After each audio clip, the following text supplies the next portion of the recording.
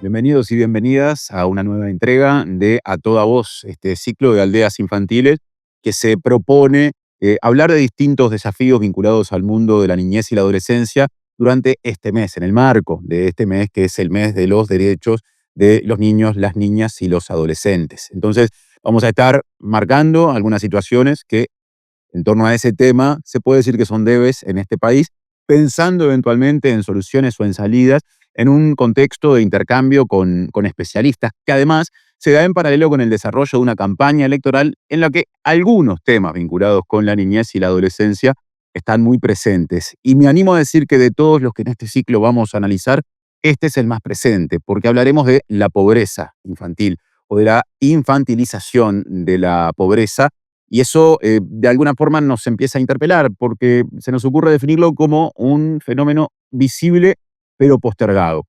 Algunas cifras que hablan del Uruguay en ese sentido. En este país, 1 de cada 5 niñas y niñas de menos de 6 años vive en la pobreza. Hablando de pobreza en un sentido más general, desde que empezó este siglo, en líneas generales, con la excepción del año 2003, que recibe los coletazos de la crisis de 2002, la pobreza ha ido bajando y la pobreza infantil también. Sin embargo, cuando uno, por ejemplo, compara la cantidad de niños y niñas de menos de 6 años que viven en la pobreza con la gente de más de 65 años que está en esa posición, Uruguay termina ocupando en la lista de los países de la región un lugar que no es el mejor. Distinto es cuando se mide simplemente la pobreza y se la compara con las de otros países. Ahí Uruguay está mejor ubicado. Con esto queremos decir, hay distintas lecturas para hacer, pero indudablemente el tema sigue llamando la atención y por eso podría concluirse a modo casi que de disparador que Uruguay es el país con menos niños y niñas pobres de la región, pero aquel en el cual los niños y las niñas son más pobres en relación a la sociedad en la que viven. Pobreza, infantilización de la pobreza, entonces, es el tema y lo vamos a abordar. En primer lugar, con Andrea Vigorito, economista y docente de la Facultad de Ciencias Económicas y de Administración de la Universidad de la República. Gracias, Andrea, por acompañarnos. Gracias por la invitación. Por favor. También estaremos hablando, vamos a conversar con Valeria Spinelli, que es trabajadora social, coordinadora de cuidado en familias y desarrollo infantil en el programa Florida de Aldeas Infantiles. Gracias por la presencia. Gracias a ustedes. Y también lo abordaremos con Gerardo Caetano, que es historiador, politólogo y profesor de la Facultad de Ciencias Sociales de la UDELAR. Gracias, Gerardo, por estar. Muchas gracias a ustedes. Vamos a empezar hablando contigo, Gerardo, de aquello que debemos entender cuando hablamos de pobreza infantil, o dicho de otro modo, ¿qué se entiende por pobreza infantil? Muchas veces para hablar de la pobreza en general se habla de indicadores, ¿no? Que no siempre de repente reflejan el bienestar o no, lo que sienten las personas, ¿no? En su cotidianidad, ¿no? A veces quizás resultan un poco duros y no incorporan determinadas dimensiones que también hay que considerar. Entonces la pregunta me parece que es fundamental para empezar es cómo hay que entender la cuestión de la pobreza, en este caso de la pobreza infantil, más allá de los ingresos. Bueno, ellas son dos especialistas que refieren muy claramente que la perspectiva del ingreso es una perspectiva en otras para medir la pobreza, pero claramente insuficiente. Y si lo es en relación a otras visiones de la pobreza, particularmente lo es en relación a la pobreza infantil. ¿Por qué? Y bien, porque los niños, niñas y adolescentes dependen estructuralmente del hogar en el que nacen. Y esa separación dura que reúne a todos los vectores que convergen en situaciones de pobreza en los niños, niñas y adolescentes, hace que la pobreza infantil en particular sea una situación muy, muy, muy grave, sobre todo en el Uruguay. Tú decías bien, el Uruguay, si mide en relación a América Latina, no está tan mal, pero si mide en relación a gasto social y particularmente al nivel de pobreza que tienen edades mayores, mide muy mal. Eh, Basta señalar que los niños, niñas y adolescentes duplican el promedio de pobreza del conjunto de la población uruguaya. Y en ese sentido, eh, es un dato muy fuerte. ¿Por qué? Porque cuando vemos los vectores que afectan a la pobreza por género, bueno, las madres que no pueden trabajar porque tienen que ocuparse de los niños, o las madres que tienen todas las restricciones habidas y por haber, por la ausencia de un sistema de cuidados. Este es un tema capital. Un sistema efectivo de cuidados se vincula muy fuertemente con un sistema en donde la pobreza infantil sea abatida, o por lo menos sea mitigada. El tema de la calidad del empleo, bueno, salario bajo, este, problemas, incluso problemas en términos de sociedad alimentaria, problemas educativos. Bien, los niños que nacen en hogares pobres ya comienzan a perder en el vientre de la madre, comienzan a perfilar estructuras cognitivas, estructuras emocionales, que luego redundan en situaciones muy graves. La pobreza infantil, por definición, requiere enfoques multidimensionales, multisectoriales, porque hay muchos vectores que llevan a que los niños que nacen y niñas que nacen en hogares pobres son particularmente vulnerables. Esto ya lo decía hace 40 años Juan Pablo Terra, en un estudio fundamental, La infancia en el Uruguay, que registraba hasta qué punto la dictadura había dejado una marca muy fuerte. Estamos mucho mejor que cuando Juan Pablo Terra midió la pobreza del Uruguay. De cuando hablamos de 1984. El libro es del año 86, es decir, han 86. pasado casi 40 años. Por entonces, bueno, el Uruguay en el año 86, eh, el 46% de los uruguayos estaba por debajo de la línea de pobreza. Y más del 60% de los niños estaban por debajo de la línea de pobreza.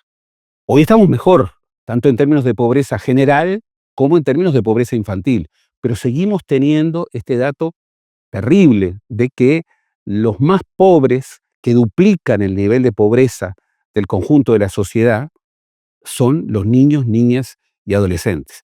Y aquí, cuando se hablaba de los efectos sociales de la recesión y de las políticas del ajuste, sobre todo ese ajuste recesivo con el que termina la dictadura, Juan Pablo Terra y Mabel Hoppenheim referían, bueno, la idea de que ahí habían muchos vectores que confluían: familia, género, vivienda, el empleo, pero también estaban planteando lo que eso implicaba en términos de futuro.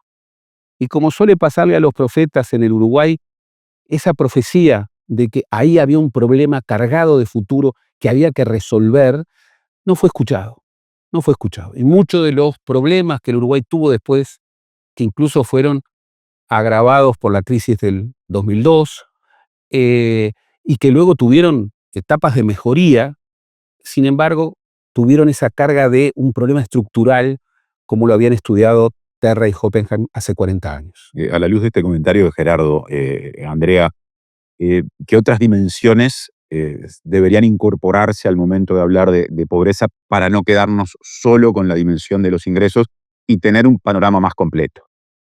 Bueno, muchas de las que ya decía Gerardo, ¿no? O sea, el ingreso básicamente es un medio que posibilita ciertos logros. Entonces, medir la pobreza solo como a través del acceso a medios, a pesar de que es necesario en una sociedad de mercado, deja de lado los logros que las personas pueden conseguir con ese ingreso, lo cual depende también de aspectos del hogar, de aspectos institucionales, comunitarios, etcétera, ¿no? Por eso las comparaciones en términos de ingresos son difíciles también. Entonces, lo educativo, la participación en la vida social, la vivienda, el entorno, una cantidad de aspectos, la salud, también las dimensiones pueden ir variando en relevancia a medida que los niños, niñas y adolescentes se van desarrollando, ¿no? Eso también está como bastante analizado, como dimensiones que pueden ser muy relevantes en la primera infancia, por ejemplo, nutrición, etcétera, de repente más adelante dejan paso a otras y afectan a otras ineludiblemente. Entonces, también acá la mirada en el ciclo de vida es como bien importante. Pero esas dimensiones, y lo que quiero decir es que en Uruguay, lamentablemente, hasta el momento solo tenemos una medida oficial de pobreza que mira ingreso. En el programa del INE de este periodo estaba crear una medida multidimensional, pero aún no contamos con esa medida, que además debería ser sensible a las distintas etapas del ciclo de vida en el que están las personas. Ahora es interesante ese comentario porque en definitiva es posible construir un indicador más completo, se entiende de lo que decís. Por supuesto, ya hay varios países, por lo menos 9 países de América Latina, que tienen, además de una medida oficial de ingreso, una medida multidimensional. Después va a haber una discusión, porque porque el ingreso tiene como un aspecto de objetividad. Cuando tenés que discutir cuáles son las dimensiones relevantes, se pone como más en juego que atrás de la pobreza hay como y del bienestar hay una discusión conceptual fuerte. Pero sí, otros países de América Latina ya tienen un sistema de indicadores bastante más complejo que solo la pobreza de ingreso. Me interesa incorporar, Valeria, la mirada de, de las familias a partir del contacto que como integrante de la sociedad civil que sos por tu desempeño en aldeas infantiles, conoces. ¿Qué expresan las familias o qué necesidades se reportan en el territorio, en ese trabajo que hacen ustedes, cuando hablamos de estas cuestiones asociadas a la pobreza infantil? Bueno, es muy importante en esto que traen los compañeros el tema de la dimensión de los ingresos, pero a la hora de pensar en lo que miran las familias, a veces las familias dicen, bueno, los ingresos que yo tengo, que pueden provenir, por ejemplo, de planes sociales o de apoyos por ejemplo, por el MIDES, hace que yo pueda subsistir, ¿no? Y en realidad, cuando uno va a ver cómo es la calidad de vida, cómo las familias manejan este dinero, se puede ver que las familias continúan teniendo muchas dificultades de acceso. Entonces, no solamente podemos medir los ingresos para ver la calidad de vida, sino también hay otras variables que son muy importantes. Ella traía un poco lo que era la educación, la cultura es muy importante y el acceso a, a la vida, ¿no? Lo que es la participación. A nivel de inclusión social, hay como un gran desfasaje para los niños que viven en situaciones de pobreza, para los niños y niñas que viven en esta situación en relación a otros niños. Si no nos vamos muy lejos, venimos de una pandemia donde la conectividad era central. Claro. En la mayoría de los hogares pobres no existía la conectividad. El acceso de la escuela a las familias se daba a través del plan Ceibal, pero para tener acceso se necesitaba tener conectividad. Y ahí también se va creando un gran desfasaje. Hoy traían un poco de la nutrición, que ya desde la gestación estamos viendo cómo un niño puede ser afectado, un niño y una niña puede ser afectado ya desde antes de nacer. Cómo estos niños que viven en estos hogares ya empiezan rezagados en relación a otros. Bueno, y cuando llegan al sistema educativo también se da. Por esto, por lo que es la conectividad, por lo que es la nutrición, por lo que es la vida misma. Las familias con las que trabajamos en aldeas infantiles son familias que viven en situación de pobreza y tenemos un núcleo grande de familias que viven en sectores pobres, ¿no? Donde la ayuda colectiva está más rezagada que en otros lugares. Tampoco es porque falte empatía, no es esa la respuesta, sino que las familias están preocupadas por su propia sobrevivencia. Claro. Entonces es muy difícil mirar al costado. Los niños y niñas que pierden el cuidado parental, que sus papás no los pueden seguir cuidando, en sectores de clase media, seguramente van a encontrar una referente comunitario, otro familiar. Pero en los hogares donde los niños, niñas y adolescentes se crían, que hay muchas más situaciones de pobreza, es más difícil, porque están todos en la misma situación, luchando por la sobrevivencia. Entonces el acceso a otras soluciones es más complejo. Faltan redes de contención de Faltan distinto redes tipo, de se contención de entiende. diferentes tipos, sí, tal cual. Desde la escuela, no es lo mismo una escuela en la que participan niños que vienen de sectores heterogéneos, donde las situaciones de complejidad, de vulnerabilidad son puntuales, que en escuelas que están alojadas en lugares pobres, donde las maestras están preocupadas por llegar al ómnibus sin que les pase nada. Claro. Entonces es muy difícil generar la contención diaria desde un lugar más, no sé, empática la palabra, pero más sensible a la realidad del otro. Gerardo, tomando distintas cosas que se han dicho, incluso recuperando la mención a Juan Pablo Terra y sus estudios que hiciste más temprano. En este país hay una acumulación en términos de academia y de sociedad civil muy importante. Al momento de trabajar estos asuntos, estamos en esta entrega en particular de A Toda Voz, hablando de pobreza infantil. También hay políticas sociales que se han desarrollado y en algunos casos se han profundizado a través, por ejemplo, de una institución como el Ministerio de Desarrollo Social, que hace casi 20 años todavía no existía. En esta campaña electoral, a la que mucha gente ha señalado por la presunta falta de propuestas, ha habido propuestas con respecto a qué hacer en adelante con la cuestión de la pobreza infantil. Sin embargo, sigue habiendo, evidentemente, por todo lo que se ha dicho aquí, eh, una deuda pendiente en la materia muy grande. Entonces, ¿cómo se explica esa ineficacia o ineficiencia o insuficiencia pese a todo lo acumulado que recién traté de mencionar? Bueno, en primer lugar, la pobreza infantil es un tema estructural. Es un tema estructural que está profundamente vinculado con la cuestión de la desigualdad.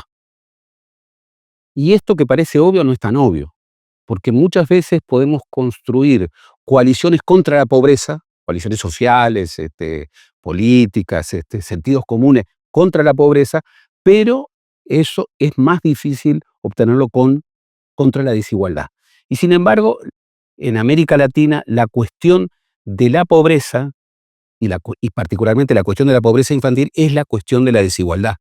En una sociedad que multiplica sus desigualdades, la pobreza infantil, como ocurre en el Uruguay, puede bajar o subir en función de la dinámica de las políticas sociales o de las intervenciones de actores privados, pero estará unido con esos nudos de desigualdad de los que hablamos. Juan Pablo Terra y Mabel Hoppenheim, al final de la dictadura, después de un momento terrible como el ajuste recesivo de los últimos 2 años, después de la quiebra de la tablita, advertían toda la problemática vinculada con esa infantilización de la pobreza. Y hablaban de la necesidad de anticipar una serie de políticas y de instrumentos para atacar ese problema. La mera confirmación de un sistema democrático hizo que entre el 85 y el 95, 96, 97, todos los indicadores sociales mejoraran, incluso el de varios indicadores vinculados con la cuestión de la infantilización de la pobreza. Por ejemplo, la mortalidad infantil. Eh, la mortalidad infantil, yo a veces en mis clases llevaba a mis alumnos a la clase en el 128, salíamos de Positos, había un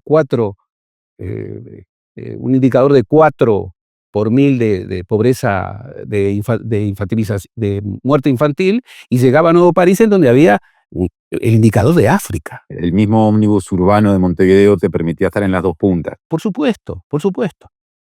Y hubo un momento en donde la economía seguía creciendo, pero digamos, el mitigar esos indicadores duros en la pobreza más dura, y particularmente en la cuestión infantil, bueno, ya no era tan exitoso. Y eso ocurrió antes de la crisis. La crisis del 2002 golpeó fuertemente. Siempre debemos recordar que la crisis empieza en el 99, y que va hasta el 93. Pero en la infantilización de la pobreza golpeaba sobre un sector particularmente vulnerable, además articulado con todos estos nudos de problemática. Luego, bien, el país aprovechando condiciones y desarrollando políticas con mucha convergencia, bueno, se mejoraron indicadores muy importantes. eh, al final del impacto de la crisis del 2002, había casi un 40% de pobres en el Uruguay y un 4,7% de indigentes. Bueno, a finales de la década del 2018 y 2019, los indicadores habían mejorado sustantivamente y eso se había llevado adelante con impactos de políticas sociales importantes. Sin embargo, no se terminó de resolver la dimensión estructural del problema de la infantilización de la pobreza. Y después vino la pandemia. Ella refería con mucho acierto, la pandemia nos afectó a todos, pero particularmente afectó, incluso en términos de indicadores, la pobreza infantil. La retracción de gasto social en todos los niveles afecta inequívocamente a la pobreza infantil. La pobreza infantil pasó a estar en los niveles en los que más o menos está hoy, 20%, duplicando la tasa de pobreza general de la sociedad. Pero además se incorporaron nuevos problemas. Antes, hace 40 años, cuando estudiaba Juan Pablo Terra y Mabel Hoppenheim, el tema de la seguridad era difícil vincularlo con la pobreza infantil. Bueno, hoy hay que vincular el tema de la pobreza infantil. ¿Por qué? Porque los hogares pobres son los hogares más expuestos a la violencia del narcotráfico. El cinturón de homicidio, por ejemplo, de Montevideo, es un cinturón que ya está afectando directamente a los niños que están creciendo en ámbitos de violencia, muchas veces siendo, además, asesinados en circunstancias dramáticas. Sí, víctimas directas. Víctimas directas, víctimas directas. Entonces, esto no se resuelve con políticas de focalización. Se requieren políticas de focalización. Incluso está medido a nivel de ingresos cuánto costaría, digamos, reforzar las políticas sociales vinculadas directamente con la infantilización de la pobreza. Pero si uno no, por ejemplo, ataca esos nudos de desigualdad, si uno no ataca esos vínculos entre, bueno, los problemas que las mujeres tienen en relación a los hombres en cuestiones de pobreza. Cobran menos. Aquella gran utopía del movimiento feminista, a igual trabajo, igual salario, 100 y pico años después, no se cumple, no se cumple. Y, obviamente, eso está repercutiendo. Los temas de la vivienda repercuten, los temas de los asentamientos repercuten. Y esto es algo que está retroalimentando la pobreza en términos generacionales. Hay como lo que decíamos, quien nace en hogares pobres ya tiene ciertos derroteros limitados, restringidos. Muchas veces incluso hablamos de que para superar situaciones de pobreza hay que generar la satisfacción y el bienestar de demandas. Pero como tú bien decías, en ámbitos deteriorados, en ámbitos donde el clivaje territorial también va en relación a la pobreza, hay demandas que son impensables. O sea, no se pueden satisfacer demandas que no están en el horizonte. En un hogar incluido o en un hogar en donde no hay problemas de pobreza, hay demandas que en los hogares pobres, no porque no existan, sino porque no tienen esa percepción, no son satisfechas.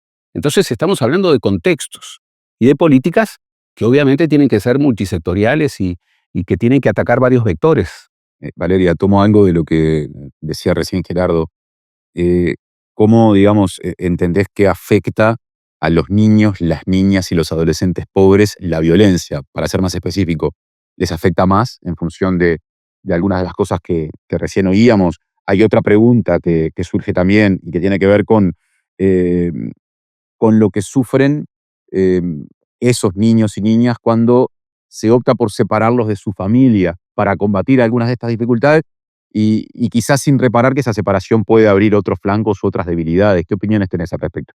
Sí, en relación a esto, primero la naturalización de la violencia, no porque en los hogares pobres se sea más violento, sino por el contexto. Lo mismo que hablábamos hoy de que esto de la sectorialización de los lugares, hay determinados lugares donde, con el tema del narcotráfico, donde los niños, niñas y adolescentes son mano de obra tentativa, y bueno, y ahí la violencia se va naturalizando aún más. Lo que hablamos hoy para la detección es mucho más difícil detectar en determinados lugares la violencia porque está naturalizada. Lo mismo que para los niños. niños y adolescentes. A veces en otros sectores, determinados accesos, determinadas participaciones hacen que uno mismo pueda detectarse en una situación. En determinados sectores esto no es posible porque es la continuidad de la vida. Me levanto viendo una realidad y me acuesto viendo otra realidad. La segregación social hace eso, que nosotros estemos sesgados en algo y no podamos, bueno, poder ver, poder identificar y así poder buscar ayuda o que otro nos pueda ver. La violencia afecta muchísimo. Las mujeres que viven en situación de violencia de género en lugares pobres ven más reducido, no solamente por lo que son los ciclos de la violencia en sí mismos, el salir de esa situación, sino porque se acotan los lugares. Las mujeres pobres que viven en situación de pobreza generalmente tienen muchos hijos. Esto hace que el acercamiento al mercado laboral esté más alejado también. Entonces, bueno, hay una situación de dependencia monetaria a nivel de la vivienda. Si mañana yo pertenezco a un sector de clase media y vivo una situación de violencia y estoy preparada para dejar de vivenciarla y separarme, eh, tal vez podamos tener una cantidad de arreglos legales que lo pueda hacer. En un sector pobre, muchos de los chiquilines, de las mujeres que viven esta situación, viven en lugares que son precarizados. Entonces tampoco podemos dividir la vivienda como una separación en otros sectores es mucho más complejo. Y a nivel de esto de separación del cuidado también, lo mismo que decíamos hoy, separarse en un hogar pobre implica que yo tenga que buscar redes de apoyo. Volvemos a lo mismo, las redes de apoyo son sustanciales para toda dimensión de la vida. En sectores que esto no ocurre es muy difícil poder decir a dónde me voy. Agarro esto que escuchamos, agarro el bolso, los gurises y me voy a la casa de mamá o me voy a la casa de la tía. En determinados sectores mamá y la tía están en la misma situación o convivimos en el mismo hogar, porque también la falta de ingresos hace que tengamos que los hogares ensamblados y extensos sean muchos mayores en estos hogares. Tiendo a pensar cuando te escucho que entonces en algunas de esas situaciones la respuesta muchas veces es separar a niños y niñas de su familia.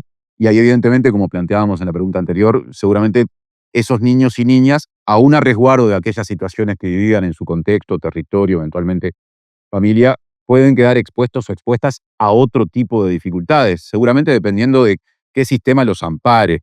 ¿Qué comentario tenés o podrías hacernos con respecto a esa situación a la que llegan por derivación algunos de los niños y niñas de los que hablamos? Sí, si bien la pobreza no debería ser un factor de separación del cuidado, generalmente transversaliza todas las situaciones. Generalmente los motivos de ingresos están anexados con la pobreza. Los niños que llegan al sistema llegan por situaciones de abuso, por situaciones de violencia, pero de la mano con pobreza, siempre. Y bueno, y en el sistema, en esto de que gran parte de la población de la población infantil vive en situación de pobreza, hace que el sistema también colapse, porque en realidad la respuesta no coincide con la realidad. Entonces lo que lleva a pasar es que muchos niños sean, por ejemplo, separados de sus hermanos. Aldeas infantiles tienen un fuerte compromiso para evitar que los niños sean separados de sus familiares cuando ingresan, pero la realidad hace que en los hogares 24 horas sea cada vez más difícil poder generar como articulación para que estos niños puedan mantenerse unidos. Entonces, una de las grandes situaciones que enfrentan es esta, pero a su vez también la primera infancia, en esto que estamos hablando, bueno, la infantilización de la pobreza hace que los niños sufran desde edades más tempranas. Bueno, también esto, ¿no? Los niños dentro de la primera infancia, cuando llegan al sistema 24 horas, eh, van a enfrentar más daños, más debilidades que otros niños. En la primera infancia se juega la vida y los niños y las niñas son sumamente permeables para las influencias del medio, tanto las positivas como las Claro. negativas. Andrea, a veces se dice, uno lo ha escuchado, y tengo entendido que está presente en determinados planteos académicos, que por la incidencia que tiene la pobreza en niñez y adolescencia, si se erradicara la pobreza en esas franjas etarias, se solucionaría prácticamente el problema de la pobreza en general. ¿Compartís esa afirmación? ¿Hay que en todo caso acompañarla con otras consideraciones? Sí, yo para pensar eso me gustaría retomar un poco las cosas que se dijeron y en particular lo que planteó Gerardo del vínculo con la desigualdad, ¿no? O sea, la pobreza no es un problema de ciertas personas en la sociedad y que el resto no tiene. El concepto de pobreza, o sea, vos al principio nos llamabas a pensar dimensiones, pero el concepto de pobreza es limitado si lo pensamos como que es una dicotomía, o sea, como que tenemos la población pobre y la no pobre. Lo que tenemos en la sociedad es desigualdades y un gradiente, digamos, de vulnerabilidades. Entonces no es que hay personas que son pobres y nunca no lo son y quienes salen de la pobreza no vuelven a caer. O sea que claramente eso lo vemos con las crisis. Entonces es algo mucho más continuo y lo importante es que para pensar que resolver en profundidad el tema de la pobreza significa resolver el problema de la desigualdad. O sea, la pobreza se piensa como unos ciertos mínimos, en cómo la pensamos en América Latina, que la trabajamos en términos absolutos. En otros contextos no se piensa así, pero entonces me parece que es imposible pensar ¿qué significaría además la desaparición de la pobreza?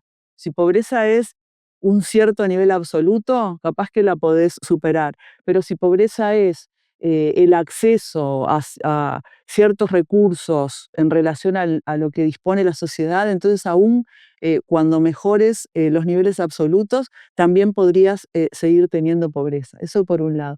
Entonces, yo creo que hay que mirar pobreza, vulnerabilidad y desigualdad como un todo y pensar que el problema de la pobreza infantil no es un problema de los niños, es un problema de los adultos vulnerables. Me parece que cuando se habla de pobreza infantil, a veces por más que está recontra planteado, y bueno, también ustedes lo dijeron, se piensa en niños sueltos, pobres, y en realidad lo que tenés es, si estamos hablando de ingresos, es hogares con escasez de recursos. A eso se suman temas de segregación residencial, etcétera, pero que implican un volumen para mí muy importante de recursos para poder resolverlo, y cambios y disposición en el conjunto de la sociedad. Por eso es que no se resuelve. Si fuese que con $200 millones, o sea, con una expansión del sistema de transferencias lo resolvemos, no existiría más el tema. Lo que pasa es que lo hace estructural es justamente la dificultad para resolverlo y lo que implica en términos de prioridades para el país. Eso tiene que ver con las coaliciones de las que hablaba también Gerardo. ¿Quiénes están dispuestos? ¿Qué es preocuparse por la pobreza infantil más allá de un discurso y qué prioridad le vas a dar y qué estás dispuesto a cambiar para que efectivamente eso baje sustancialmente? Habría que estar dispuesto a cambiar, por ejemplo, un sistema impositivo pensando en mayor redistribución. Sí, sí. Y lo primero es un aumento salarial, porque una de las cosas que hacen que Uruguay sea uno de los pocos países de América Latina que todavía no volvieron a la desigualdad y a la pobreza prepandemia de ingresos, somos pocos en América Latina que estamos en esa situación, tiene que ver con lo que pasó en términos de consejos de salarios, de pautas de aumento salarial, no solo con lo que pasa con las políticas de transferencias de ingreso, que en realidad el gran rol que tiene es la estabilización de ingresos en sectores que tienen una vulnerabilidad de ingresos laborales, unas fluctuaciones de ingresos laborales muy importantes. Entonces, los impuestos, o sea, no es una sola medida, y eso también lo muestra el periodo de crecimiento anterior, ¿no? Que además tuvo un crecimiento económico que no vamos a tener en este momento, lo cual hace que la pugna por los recursos sea más alta. Entonces, ¿qué estás dispuesto a hacer por la pobreza? Es más dramático, no tenés esa afluencia de recursos. Pero lo que muestra ese periodo anterior es que no fue una sola medida la que generó esas caídas de la pobreza. Entonces, tampoco, o sea, los impuestos sirven porque generan una sociedad más equitativa, porque generarían recursos, etcétera, pero también tenés que hacer cosas vinculadas a lo laboral, a las transferencias, a la segregación residencial, que aumentó en el periodo en que bajó la desigualdad, etcétera. Planteadas estas dificultades, es momento de abordar eventuales posibilidades de salida o por lo menos eh, de superación de algunos de los problemas de los que vinimos hablando, asociados a la pobreza en la infancia y la adolescencia. Andrea, voy a citar datos del informe de UNICEF titulado Análisis de la pobreza infantil en Uruguay y propuestas de política, que es del año 2024, o sea, de este año, que dice que 49% de niños, niñas y adolescentes del país viven en hogares en los que se perciben asignaciones familiares, y ese porcentaje asciende a 88% si se toman únicamente los hogares pobres. Y bueno, y esto, ahora que estamos en campaña electoral, genera discusiones, todo el tiempo se habla o se discute acerca de eventuales aumentos en las transferencias, también de aumento en los alcances, incrementos de cobertura, eliminar condicionalidades. ¿Qué impacto puede tener una acción de este tipo o acciones de este tipo, porque mencioné varias, qué impacto pueden tener y en todo caso, qué otras serían necesarias? Pueden tener impacto, pero no son lo que va a solucionar el problema de la pobreza infantil y de la pobreza en general. Colaboran, primero, porque son una estabilización de ingresos, ¿no? Hay gente que cree que las transferencias son montos elevadísimos, hay como una especie de idea errónea.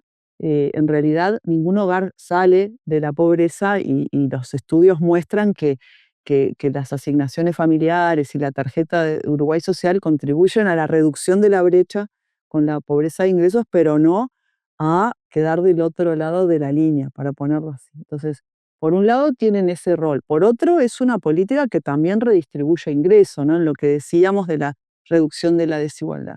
Pero bastante porque uno de los problemas serios de lo de las condicionalidades, que empezó en 2013 con un giro importante que incluso ha sido bastante estudiado por varias personas de ciencia política, es que las condicionalidades, ese aumento de las condicionalidades, de la exigencia, que va ligada a la idea de que las personas capaz que son pobres porque no hacen ciertas cosas, terminó sacando del sistema a los hogares más vulnerables dentro de los que recibían asignaciones familiares, que por eso no iban los adolescentes a la enseñanza secundaria y entonces eran dados de baja. Entonces, destruye, o sea, depende para qué quieras esa política. Si es para o para contribuir a reducir la pobreza, para mejorar los ingresos de los hogares y tenés condicionalidades, entonces vas a sacar a quienes no las pueden cumplir y lo vuelve más regresivo.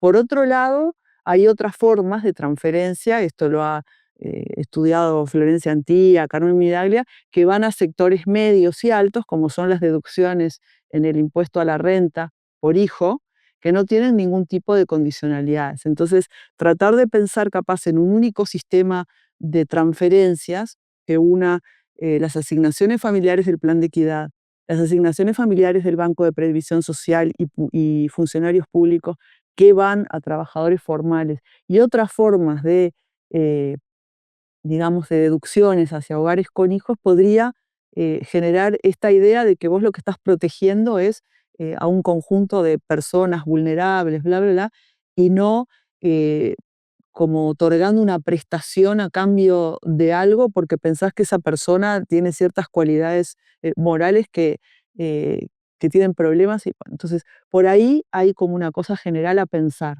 Eso no va a reducir la pobreza, pero va a cambiar también un poco las narrativas, la manera en la que se argumentan las políticas distributivas, porque no es solo la política, sino, o sea, la acción, sino cómo se fundamenta la necesidad de redistribuir. Y lo que también varios estudios muestran es que es mucho más fácil argumentar una política de este tipo, y esto lo ha estudiado, por ejemplo, Jimena Baraiba, de redistribución, de transferencias cuando salís de una crisis que en un momento de crecimiento económico. Entonces, un obstáculo, y con esto termino importante también, es que hay una proporción creciente en América Latina, pero en Uruguay, de personas que piensan que la pobreza es un fenómeno individual. Entonces, eso genera menos soporte para las políticas públicas y hace que para sostener ciertas políticas se tenga que ir a decir que, bueno, que vamos a entregar esta transferencia, pero las personas van a tener que hacer algo a cambio. Entonces, ahí tenemos una dificultad sumada a la escasez de crecimiento económico de la que hablábamos antes. O lo sea que en cual, esto inciden las corrientes de opinión pública. Me interesa ese comentario sí, particularmente. eso capaz que ustedes lo pueden trabajar más, pero, o sea, también cómo se instalan esas ideas, ¿no? O sea, a quién beneficia, pero si vos mirás las encuestas de opinión, no sé, el Latinobarómetro, las encuestas que tenemos acá, ves esa idea creciente de menor apoyo a las políticas redistributivas y de mayor coincidencia con la idea de que la pobreza es un fenómeno individual. Entonces eso también genera un clima más adverso a las políticas redistributivas. Y cómo hacer políticas que permitan avanzar lidiando con esas tensiones sociales, con esas corrientes de opinión que a veces condicionan o que exigen condicionalidades que se entregan como para aquietar los ánimos. Eh, ¿Hace falta una mejor política en el sentido amplio de la palabra? Lo que pasa es que yo creo que lo que acaba de decir Andrea y lo que hemos estado manejando perfila un núcleo. Si en una sociedad sigue predominando el relato de que la pobreza es un asunto individual, si en una sociedad predomina la idea de que los pobres son pobres porque no trabajan, si en una sociedad sigue predominando la idea de que yo puedo atender en forma segmentada, por ejemplo, la pobreza infantil, manteniendo nudos de desigualdad, aún con crecimiento económico, bueno, obviamente que vamos a tener problemas, vamos a tener problemas. Una política también es la transferencia de una narrativa plural, pero de una narrativa que enfile el rumbo en una dirección clara. Los, la infantilización de la pobreza refiere a los más vulnerables entre los vulnerables. ¿Mm? Son vulnerables porque viven en hogares pobres. Son vulnerables, entre otras cosas, porque muchos de esos hogares pobres están destruidos o son monoparentales, y en donde, particularmente, otra víctima de esta sociedad, que es la mujer, se encarga no solamente de sus hijos, sino de los cuidados múltiples. En una sociedad en donde no se le da densidad al tema del cuidado, ¿quién termina atendiendo esa demanda fundamental? La mujer. ¿Y dónde afecta eso también? En los niños. Si los niños viven en cinturones de miseria, que son los que consolidan en esta lógica de territorialización del poder social la mayor inseguridad, ¿m? Y el mayor ingreso del narcotráfico, bien, no podemos sorprendernos que haya niños que son víctimas directas de ese tipo de cosas. Por eso, efectivamente, atender el tema de la infantilización de la pobreza infantil, implica una transformación, eh, digamos, de la opinión pública. Implica afirmar ciertos ejes conceptuales que son absolutamente indispensables. Implica, por ejemplo, cuando se hablan de las políticas de Estado, bien, no es solamente articular iniciativas más o menos aisladas. Implica un pienso en donde haya cosas conceptuales, claves, que se definan. Por ejemplo, esta idea de que una política que vaya contra la pobreza infantil no es una política aislada. Si es una política aislada, va a fracasar. Eh, no hay un factor derrame natural que, si el país crece, va a haber menos pobreza infantil. Si yo no atiendo el tema del salario, bueno, pero si atiendo el tema de la alimentación de los niños a través de instituciones específicas, voy a resolver el problema de la salud alimentaria. O si un niño es incorporado en un instituto especial, que tiene toda digamos, la personalización de la educación, lo voy a sacar de la pobreza. No, no, es un tema mayor y hay que tener una capacidad para incorporar esas narrativas.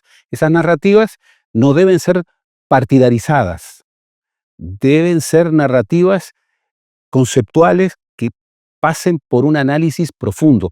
Yo creo que los aportes de la academia en materia de política social, en materia de pobreza, en materia de desigualdad, van en esa dirección. O sea, hay evidencias de que este asunto no forma parte de una narración militante. No, no, forma parte de un análisis muy riguroso sobre la sociedad que se quiere transformar. Y uno a veces ve que eso que tiene tantas evidencias, hay una gran dificultad para que el elenco político lo incorpore como punto de partida. ¿Por qué? Porque creen que eso es un eje partidista, y no es un eje partidista. Hay evidencias, hay convergencias de investigaciones que los hace gente muy diferente, y hay experiencia de mundo, hay que comparar, hay que sacar al Uruguay del mundo y ver cómo se resuelven estos problemas en el Uruguay. ¿Qué importancia le asignás al sector privado en esta cuestión, a la luz de cifras de UNICEF, del mismo estudio antes mencionado, que ahora comparto? Según ese informe del que veníamos hablando, 85% de los niños, las niñas y los adolescentes pobres viven en hogares en los que al menos una persona está ocupada, y las condiciones laborales precarias hacen que esos ingresos no sean suficientes para salir de la pobreza. Condiciones laborales precarias que en general están asociadas al mundo de la actividad privada, o de algún tipo de actividad privada. Habrá que ver si en la informalidad o en una formalidad asociada a salarios sumergidos. Por eso la pregunta. La reflexión sobre el sector privado y temas de significación social tan sensibles como estos es muy oportuna. ¿Por qué? Porque nosotros estamos acostumbrados históricamente a un imaginario social en donde lo público es el Estado. ¿Mm? Hemos hecho una dimensión pública fuertemente estatal, y entonces nos cuesta pensar en dimensiones públicas no estatales. Aldeas Infantiles, por ejemplo, es una dimensión pública, es una institución que tiene una dimensión pública que no es estatal, que no es propiamente estatal. Eso es muy relevante.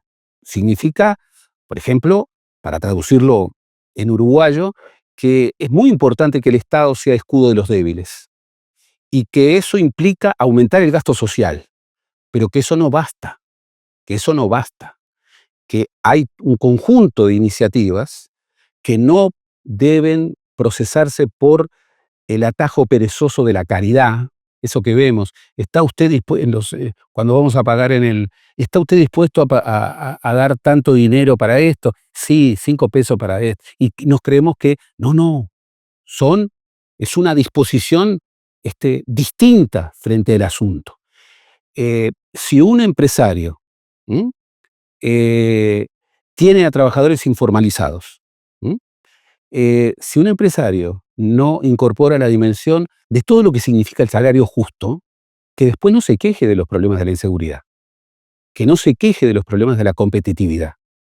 Este es un asunto que, si es bien conceptualizado, si es conceptualizado de acuerdo a evidencias, nos compromete a todos, de distinta manera, pero nos compromete a todos, no solamente a quienes están en la pobreza. Y particularmente la segmentación, la segregación, la territorialización del poder social, bueno, hace que muchas veces estos hogares con mucha pobreza infantil sean invisibles, porque hay personas que viven en circuitos, en burbujas, que nunca se van a encontrar con esos circuitos de miseria en donde las condiciones sociales son muy diversas. Entonces no van a comprender, y ahí el relato de que sí, son pobres porque quieren serlo, no trabajan, no se han esforzado, bueno, rompe con lo que ha sido la mejor versión del Uruguay. El Uruguay, con iniciativas públicas e iniciativas privadas, siempre buscó la integración, que eran las plazas de deportes, que eran los clubes deportivos, eran eso, encuentros, puntos de encuentro, espacios públicos, fueran estatales o no. Yo creo que hoy, y no solamente un tema del Uruguay, nuestros espacios públicos se han erosionado. Pensando en rutas de salida, ¿no? Hablamos del rol del sector privado en esta última intervención de Gerardo. Hablamos antes de otros aspectos vinculados a las políticas públicas, las transferencias, las condicionalidades o no. Y me interesa preguntarte, otra vez volviendo a lo que se recaba en el territorio y se obtiene cuando se intercambia con la familia, así se las conoce, por el rol de otro tipo de políticas que pueden ser naturalmente impulsadas desde lo público, pero que finalmente es importante saber qué tan necesarias son según las experiencias de la gente. Los cuidados, que han sido mencionados lateralmente en otro momento, pero ahora con centralidad. ¿Qué importancia pensás que pueden tener para colaborar con esas familias que viven en la pobreza y que requieren, en tu caso, la presencia a través de aldeas? Y los cuidados son centrales en esto de lo que estamos hablando, ¿no?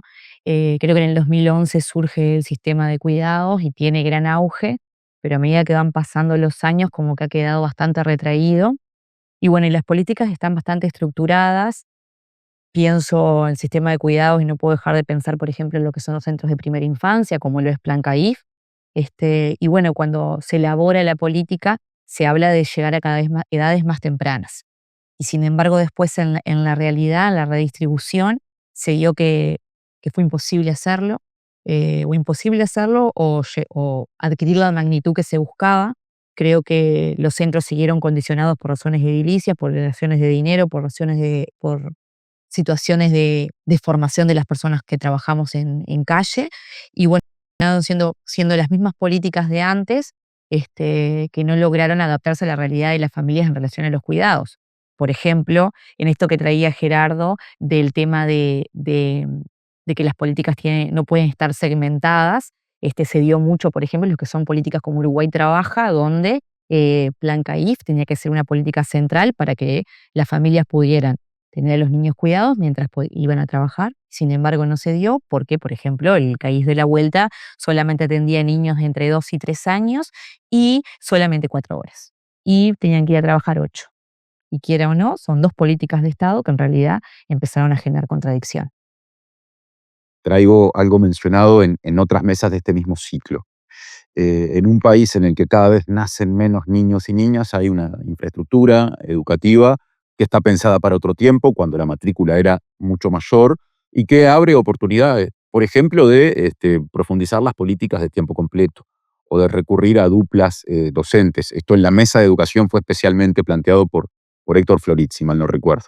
En la mesa de educación de este mismo ciclo, ¿entendés que aprovechar esas capacidades tomando el lado positivo de algo que es un problema nacional que tiene que ver con los nacimientos, puede ayudar en esos territorios a contar con una política de cuidados extendida en horario mejor que la actual?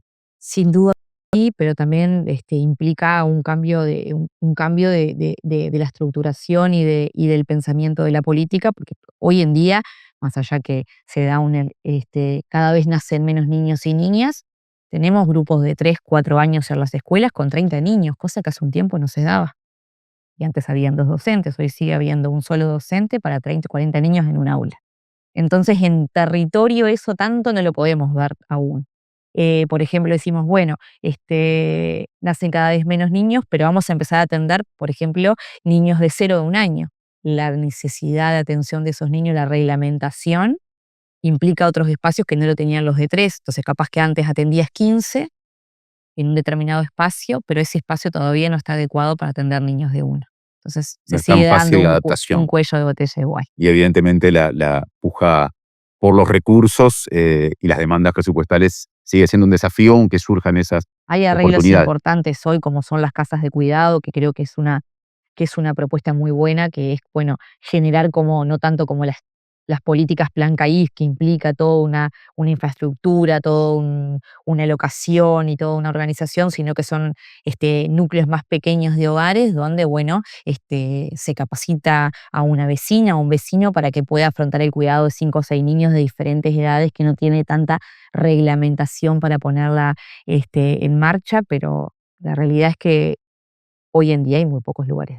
Y ese último dispositivo que mencionaste, que quizás no sea el más conocido por la mayoría del público, ¿entendés que tiene un potencial que se puede profundizar, pese a que es un tipo de arreglo, de solución más innovadora y seguramente con elementos para ser pulido? Sí, muchísimo, porque creo que también está en lo que es se puede adaptar muy bien a lo que es la cotidianidad de las familias, ¿no? Que a veces cuando entramos en temas institucionales es más difícil ver. Cuando profesionalizamos algunas cosas, si bien el cuidado tiene que ser profesionalizado, algunas cuestiones de la cotidianidad, algunos arreglos para el acceso, a veces se complejiza. Entonces creo que en el marco del cuidado de hogares podemos como generar otros mecanismos y más acceso de las familias que capaz que ahora no estamos llegando porque no sabemos cómo, producto de la marginación y la exclusión social que hemos estado hablando.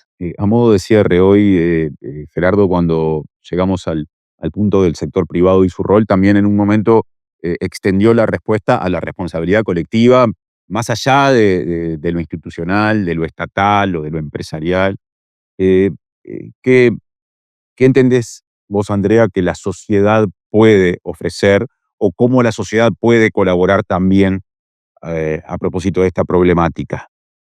Bueno, no sé mucho, pero diría que también con exigencias, ¿no? Con un conjunto de de visiones sobre hacia dónde hay que ir. También, no sé, por ejemplo, pensando más desde los sectores, académicos y demás, teniendo como más participación en la discusión pública y, por ejemplo, exigiendo que, eh, el sistema, por ejemplo, estadístico nacional, desarrolle sistemas de indicadores acordes con los conceptos que tenemos atrás, de pobreza, de vulnerabilidad, de desigualdad. O sea, me parece que la sociedad, capaz que esta idea de que el tema de la pobreza es de otros, es una cosa que hay que empezar a trabajar, y el propio estigma a la idea de pobreza y a quienes no son capaces, visto así, de generar sus propios ingresos. Te veía asentir recién mientras Andrea hablaba, Valeria. Sí, creo que como sociedad civil todos podemos hacer y necesitamos hacer. Los niños, niñas y niñas no son responsabilidades de cada hogar, sino de la sociedad en su conjunto. Y bueno, y por eso es un llamado a todos.